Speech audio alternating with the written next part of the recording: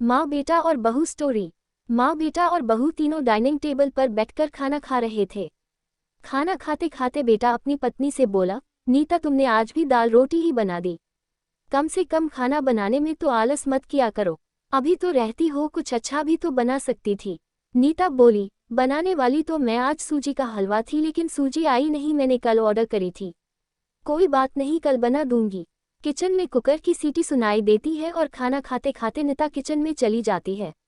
Kitchen से वापस आकर डाइनिंग टेबल पर बैठते हुए नीता कहती है कि आलू पकाने के लिए रखे थे, शाम को आलू की टिकिया बनाएंगे। उसकी सासू माँ भी ये सुनकर खुश होती है। नितिन बीच में बोल पड़ता है, ये अच्छा है, दोनों बहुत मजे करते हो, अपने पसंद की चीजें जो बनाकर खाते हो। तभी डोरबेल बजती है। सुनीता फिर से खाने की टेबल से उठकर दरवाजा खोलने चली जाती है।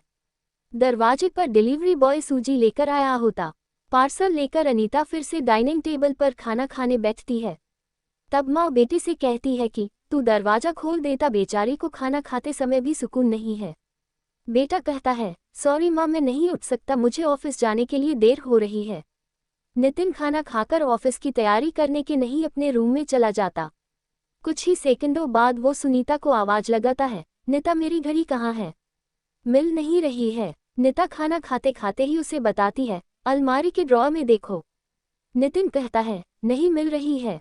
नीता फिर एक बार खाने के टेबल से उठकर उसकी तरफ जाने ही वाली होती है कि सासू माँ उसे रोक लेती है और पहले खाना खाने के लिए कहती है। सासू माँ कहती है, बच्चा नहीं है, ढूंढ लेगा वह।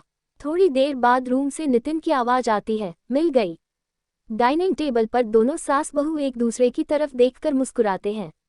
अगले दिन सुबह सुबह नितिन अपने बेडरूम में कोई फाइल ढूंढ रहा होता है और उस फाइल को ढूंढने के चक्कर में उसने पूरा कमरा तहस नहस कर दिया होता है।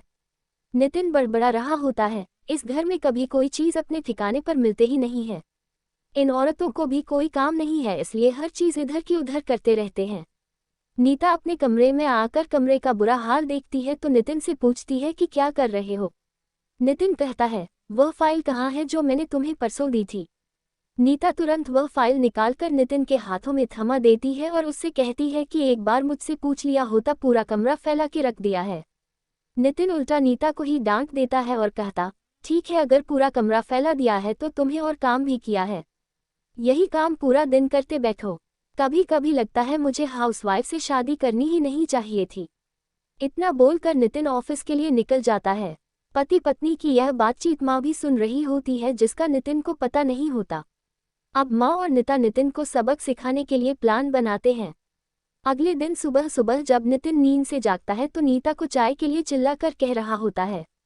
पास ही में सोफे पर बैठी माँ उससे कहती है, नीता नहीं है, वह अपने माँ के घर गई है, कोई जरूरी काम था।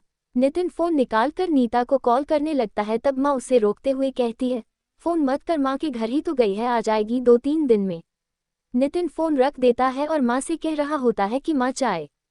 तभी माँ बोल पड़ती है, हाँ हाथ दो, कब बनाना, मैं भी पीऊंगी। बेमन से नितिन किचन की तरफ जाने लगता है चाय बनाने के लिए, तब मैं तो फिर से खड़े होते हुए कहती है, अरे बेटा रुको। नितिन को लगता है कि माँ उसे रोककर को चाय बनाने चली जाएगी, लेकिन माँ कहती है, मेरी चाय में थोड़ी चीनी कम डालना। नितिन चाय बनाकर लाता है। माँ और बेटा दोनों चाय पी रहे होते हैं, तब माँ बोलती है, अच्छी बनाई है, लेकिन नीता जो चाय बनाती है उसमें तुलसी की कुछ पत्तियां डाल देती है, उसका स्वाद ही अलग आता है। बेटा कोई नहीं, अगली बार जब तू चाय बनाएगा तो ध्यान रखना। नीति माँ की तरफ देखता ही रह जाता है। थोड़ी देर बाद नितिन माँ से कहता है, माँ आज खाने में मटर पनीर। माँ फिर से नितिन की बात काटते हुए माँ कहती है, अरे वाह, आज मेरा बेटा मुझे मटर पनीर बनाकर खिलाएगा। अच्छा है, काफी दिनों से मटर पनीर खाने की इच्छा हो रही थी। नितिन कहता है, अरे माँ, मैं तुम्हें मटर पनीर बनाने के लिए कह रहा था। माँ कहती है, नहीं बेटा, मेरे घुटनों में बहुत दर्द रहता है, मैं इतने घंटों तक किचन में नहीं खड़ी रह सकती। नितिन अपना फोन निकालकर रेस्टोरेंट से ऑर्डर करने लगता है, तब माँ उसे रोकते हुए कहती है, इस उम्र में मेरा पाचन अच्छा नहीं रहता बेटा, मुझे गैस हो जाती है और तुम मुझे बाहर का खाना खिलाना चाहते हो, तू तो अपनी माँ से प्यार ही नहीं करता। नितिन ना चाहते हुए भी घर का खाना बनाने के लिए किचन में चला जाता है। 1 घंटे बाद खाना बन के तैयार हो जाता है। नितिन 2 थाली में खाना परोसकर माँ के पास आता है। माँ देखती है कि नितिन ने दाल रोटी बनाई है। माँ नितिन से कहती है, अरे बेटा, तू तो मटर पनीर बनाने वाला था ना? नितिन कहता है, माँ यह आसान था बनाने के लिए। माँ कहती है, निता होती तो मुझे आज मटर पनीर बनाकर ही खिलाती। चलो कोई बात नहीं, मैं कहाँ हर दिन मटर पनीर खाती हूँ।